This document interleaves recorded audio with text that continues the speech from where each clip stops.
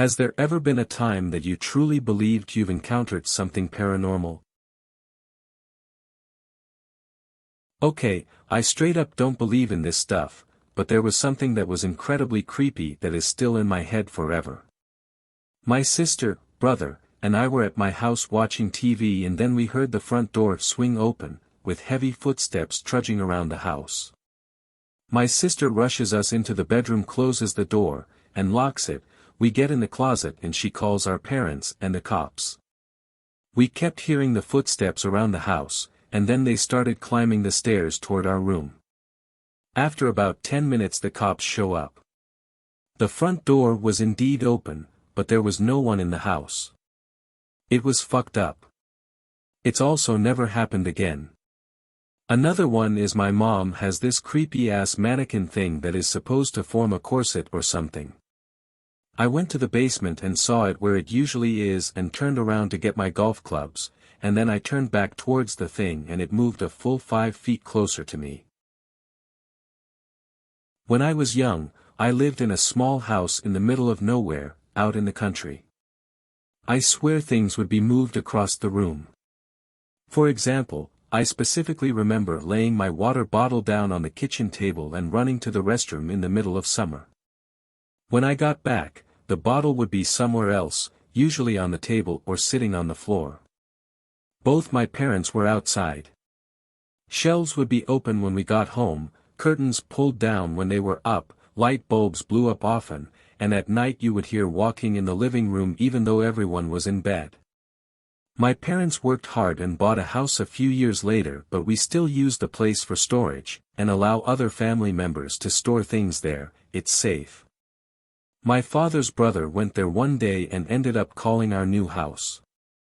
He explained something is not right in that house and we can't get him to get his stuff from there anymore. He refuses to even go on the same road where the house is. My family thought it was silly, but we kind of knew why. About 5 years ago when I finally got my license, I offered to put some boxes of things from my grandmother in the house. Drove up to the house remembering my childhood but got a rude wake-up call. When I entered, all the shelves were open like usual, but there were scratches on the inside like something wanted out. I thought a possum or something found a way into the house.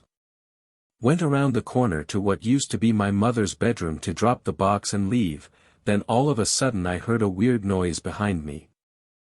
I thought I pissed a rodent off and did not want to get bit, but when I turned around there was a black outline of a person. It seemed like it was staring right at me. I put the box at my feet while keeping my eyes on this thing. It stayed there for only 5 more seconds until it faded. I remember stepping over the box and running out of the house, locking it, jumping in the vehicle, and taking off as fast as I could. Everything said to get the F out of there now. I saw it looking back at me in my mirror as I left. This happened 5 years ago and I still have not been back. I was in high school and my youngest brother was about 2 years old. One night everyone was sitting at the dinner table enjoying a nice meal when my little brother started laughing and conversing with the empty chair across from him. This kid is laughing his ass off and having a great time. He kept referring to whoever it was he was talking to as the man.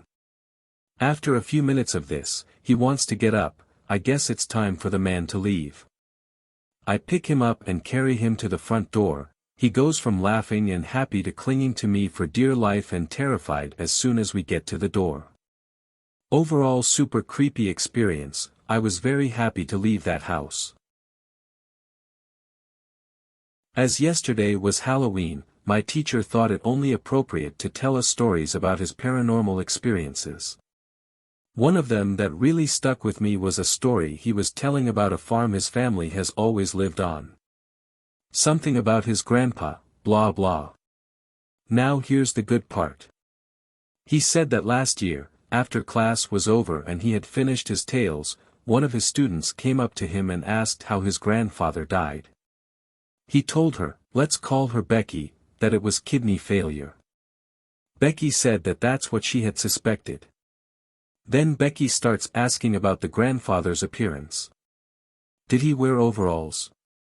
Have really long gray hair and facial hair and wear glasses, etc.